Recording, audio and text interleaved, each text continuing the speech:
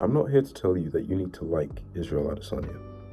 I don't really agree with the reasons people have for hating him, or at the very least, I think the degree to which people hate him is kind of like disproportionate to the things he's done. Like, he's cringy, he's made mistakes, he's had some lackluster performances, but I mean, like, come on. He's not a convicted you know what, or you know what apologist.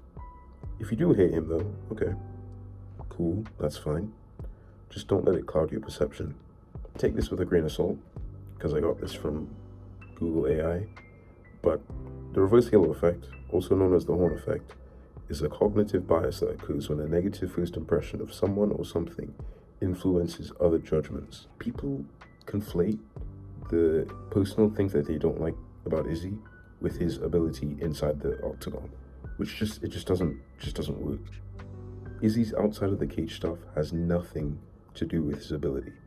Like the dog stuff, the race stuff with Drickus, he's kind of cringy. He likes anime, he paints his nails, yada yada yada. Sean Strickland type talking points.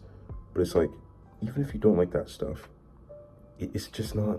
If you hate him because of that stuff, sure, that's fine. But just understand that that's separate to like his actual fights. He's viewed as boring for like 2 or 3 bad fights out of 17 fights in the UFC. Like, I swear to God, people are like, man, Yoel Romero fight was like one of the worst male title fights in history. The Jared Cannonier fight was like boring. Like, okay. So if you have 2 boring fights, that just means you're boring. When you knock out Alex Pereira, you're still boring. When you have a war with Alex Pereira in the first fight and then lose via knockout, that's boring. When you have a war with Dricus du Plessis, that's boring. When you have a war with Robert Whittaker, close decision, that's boring. When you beat Rob Whittaker via KO, that's boring. Like, I don't, how is he boring? Because of 2 fights, he's boring? Normally, if you have 2 boring fights, for like a little while, people are like, his last performance was a bit boring. But usually people will get over it, right? If Justin Gaethje has a boring fight, people will just move on, like, oh yeah, well, it's whatever, he's still Justin Gaethje. But for some reason, with this guy, he can have 1 boring fight, 2 boring fights, like, he's boring now, he's boring, he sucks.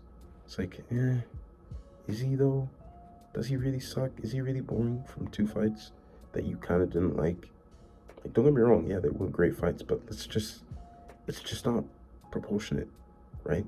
It feels like people like Guru. Imavov's fucking good at grappling. I think he could have a really breaking out performance here against Adesanya. And Lucas Tracy. I'm gonna pick Nassourdine Imavov by decision. I'm picking him by decision. I think that I have some decent arguments for this. Who obviously are picking Imavov to beat Izzy tomorrow.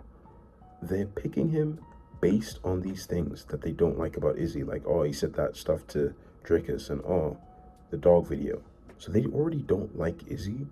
So their opinion of the fight, their opinion of his ability is just skewed. So they underrate Izzy and overrate Imavov because they don't like him for personal reasons.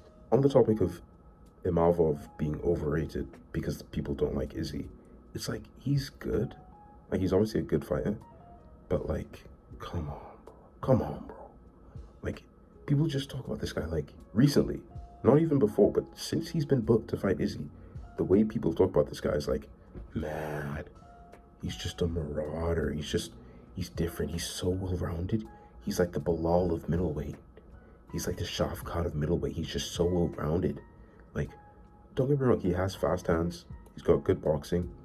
He has threat of the takedown and good control, right? So if he does get you down, he's good at controlling. And he has toughness, right? I don't think this guy's ever been knocked out. I'm pretty sure he's been rocked, but he's not been like KO'd. He's losing decisions basically. So he's got toughness, he's got a good chin. But I mean, this is the UFC, and he's a top 5 fighter. So you would expect good attributes.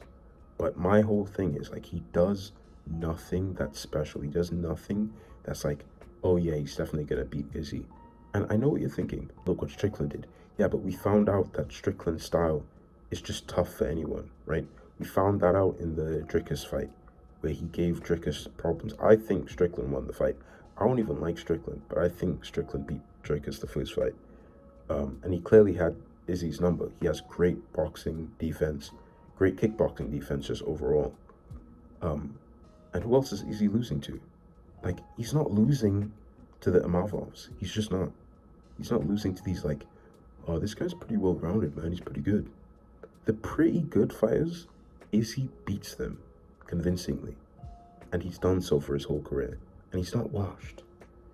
Like, I swear to God, this guy would have been viewed as just like, oh yeah, another easy title defense for Izzy. Okay, hear me out. If Imavov made it to the title in 2021 and he fought Izzy, when Izzy beat him, like, let's say he beat Izzy by KO, let's say Izzy beat him via KO in like round 1, people would literally say that he was shit. People would literally say like, oh, that's not an impressive win. It's just Imavov. That's literally how people would talk about this guy if Izzy beat him. But because he's fighting him now, it's like, oh no, this guy's a legend, bro. He's such a good fighter. Like, Izzy's gonna show levels in this fight. He's proven that he's championship level multiple times. All right, he's only losing to the toughest opposition. Do you want to know who Nassourdine Imavov is losing to in 2021? Phil Hawes. He's getting pieced up 2 rounds to 1 by Phil Hawes.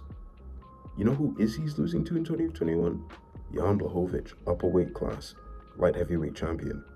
That's who he's losing to. The guy who beat Dominic Reyes, the guy who beat John Jones.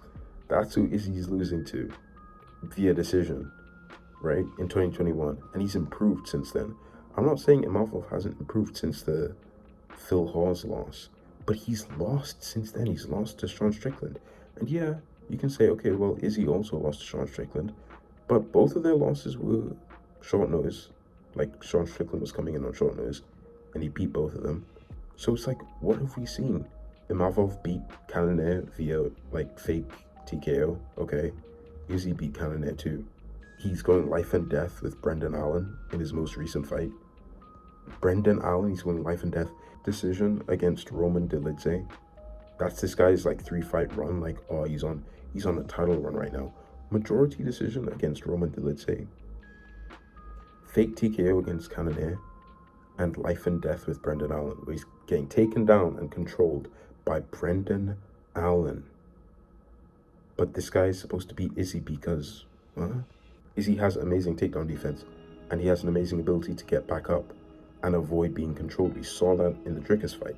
Yes, he got subbed after being rocked, but in the early stages of the fight, he would either stuff Dricus' takedowns, or he'd get taken down, and he'd get back up.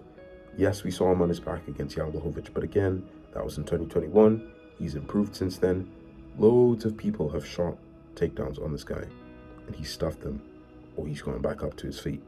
He's reversing position against Marvin Vettori when he gets his back taken. Like, the way people talk about this matchup, like, yo, Imavov is just such a crazy... He's literally like Hamzat, bro. He's the real Hamzat. You would swear that's what this guy is, the way people talk. Like, he's the real Hamzat of middleweight. Like, what? Based on what? He's getting controlled by Brendan Allen. I just don't think Izzy's going to get controlled or subbed or ground and pound TKO'd by this guy. And then there's the other thing, going back to the reverse halo effect, where people say that Izzy's boxing sucks, that he's not a good boxer. You can say that Imavov has faster boxing, but to say that Izzy's, it's like, honestly, it just makes me roll my eyes. Like, his shitty boxing is why he KO'd Pereira in close, in the pocket, via boxing. His shitty boxing is why he knocked out Paulo Costa via boxing. Like, his shitty boxing is why he, in the pocket, knocked out Robert Whittaker via boxing. But his boxing is just so trash, guys. He doesn't throw combinations, even though he's throwing crazy combinations against Dricus and setting significant strike records for himself. But apparently his boxing isn't good. Like, even if you think Imavov's is better, which I don't know how you could reach that conclusion since he's fighting worse levels of competition and he hasn't proven it at all. But even if you want to go with that argument, it's not a boxing match, and Izzy's boxing is good. Obviously it's good. He's knocking people out with the boxing that Imavov hasn't even, like, the level of people that Izzy's knocking out with boxing is a level of fighter that Imavov hasn't even fought yet. But somehow we just know it's a foregone conclusion that Imavov's gonna outbox him at range. Honestly, I just see Izzy outstriking this guy, just outclassing him, like masterclass. And my final prediction would be Izzy by KO or points.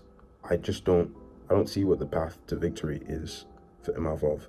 And I think that a large factor in why people are even picking Imavov in the first place has nothing to do with his skill set, and it has nothing to do with Izzy's skill set. They just don't like Izzy.